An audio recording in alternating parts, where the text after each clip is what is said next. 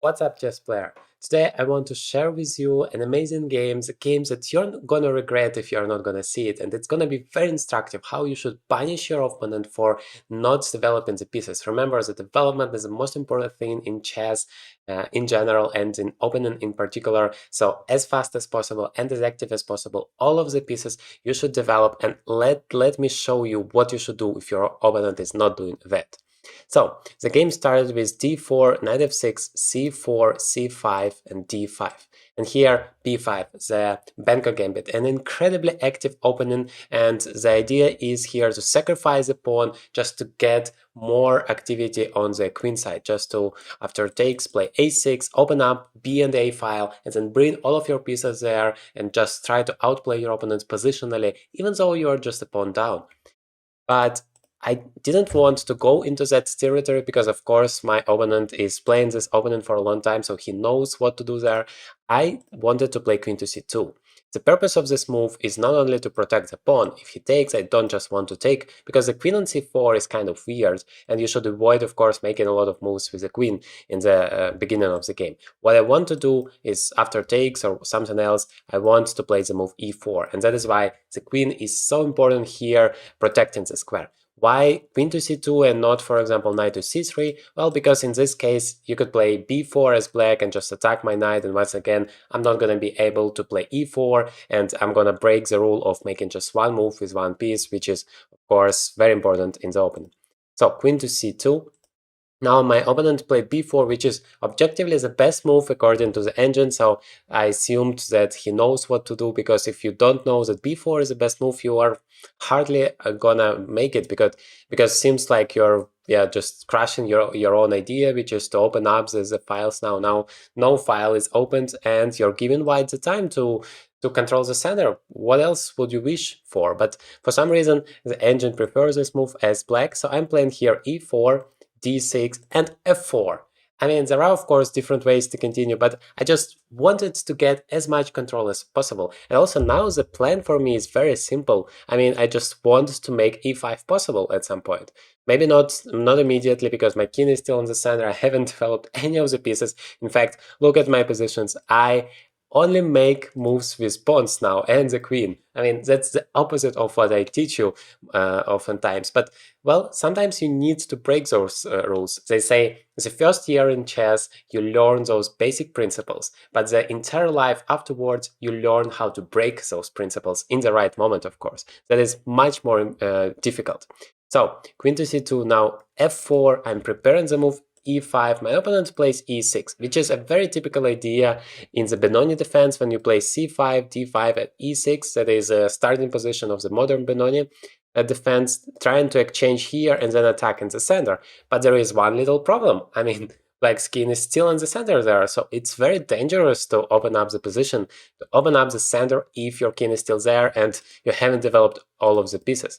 Well, the same applies for me, so I decided, well, it's probably too early to play e5 here. I just want to develop some pieces first. I mean, you can't just play with your own pawns and that's all. Although I have calculated e5, and according to the agent, that is still a pretty strong move. White is better here, but I thought, like, okay, I have only a single king here developed. If somehow all of the pawns are going off here in the center, then my king is totally naked. So I don't want that. I want to develop a few pieces first and see what is gonna happen.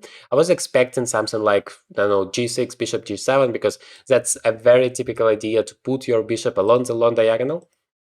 But my opponent plays bishop e7, and that was a truly weird moment for me, because you don't typically want to bring your bishop here. I mean, it's so passive, it's so closed, it's not doing anything, and it's blocking the e-file, which is gonna be more suitable for me in terms of my plan. The e5 plan is so obvious, I thought.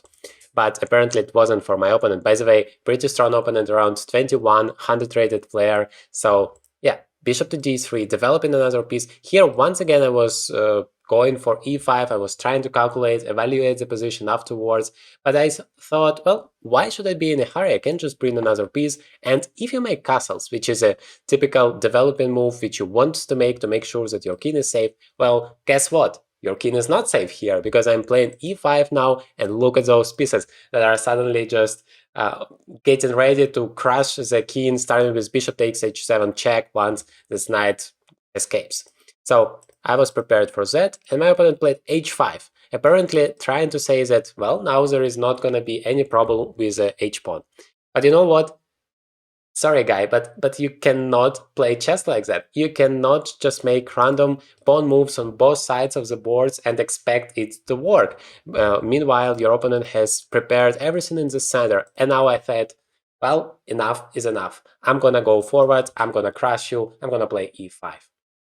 And funny enough, this position is already completely winning for white. I mean, look at those pawns. I control the entire center, and that is the dream position in chess. I mean, I always teach you in my videos, center is the most important thing in chess. And this game is a perfect example of why that is true.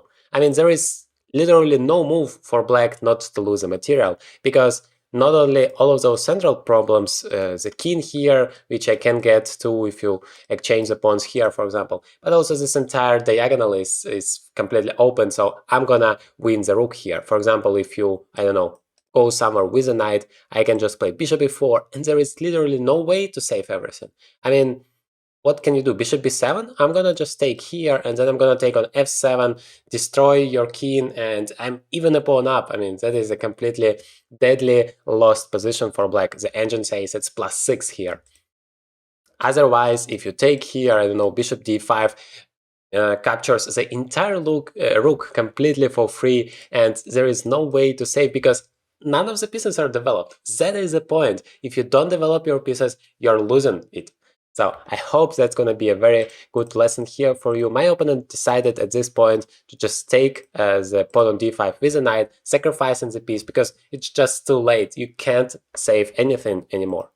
Takes, now pawn takes, and yeah, at least you have some pawns in the center, you're trying to push it forward, I don't know, create a few threads and hope that it's gonna work. But unfortunately, chess doesn't work like that. I continued my development, castles, takes.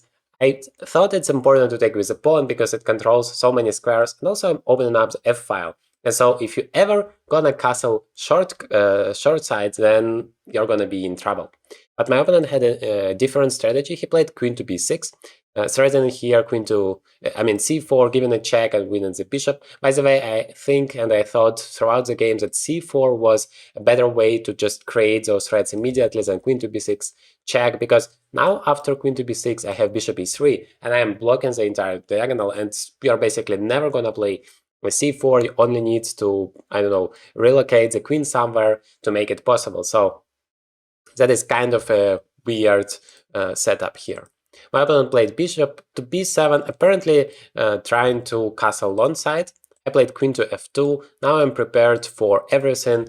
Wherever the king is going, I'm gonna get it on both sides of the board. I'm gonna just chase it and kill it with all of my power. And I have a lot of power. I have one minor piece more. And of course, that means much more than those central pawns in the middle game. In the end game, that might be another story, because those pawns might go forward, create some passers, and that could compensate an extra piece. My opponent played here knight to d7, trying to continue the development, and knight b to d2, just bringing all of the pieces together. Now, finally, we both understood that that is very important in chess. So castles, and now a4. I mean, long castles means that king is gonna be here, and of course I have to attack. And of course, for my opponent, the only chance is to attack my king, otherwise I'm gonna destroy him. So I just need to be the first one. Now you cannot really take here, because that's gonna open up the b file, the second rook will come here, or maybe this one, and yeah, you're just gonna be busted. Otherwise, a5 is also a very big problem. I mean, the queen is hanging, then a6, c5 is a huge weakness here. I'm gonna bring all of my pieces here to attack it, and yeah, eventually that's gonna be a huge problem. So my opponent decided to just shut everything down, just keep it closed as long as possible. But then, yeah, how do you still deal with this c-pawn? That is the biggest concern, and of course I'm bringing all of my men there to attack it and yeah, just take it. King to b8, of course, you want to try to eliminate the king out of this file, because it's always very dangerous to have your king at the same file as your opponent's rook. That is, yeah, just a golden rule that you should always remember. And of course, it's great to bring your rook on the same file with your opponent's king. So now bishop to b5. Well, you can add more attackers to eliminate your opponent's pawn, or you can eliminate some of the defenders, so it's simpler for you to grab the pawn. And in the process, I'm also exchanging some pieces, because if you are some material up, of course you want to exchange as many pieces as possible, so it's simpler for you to convert the advantage.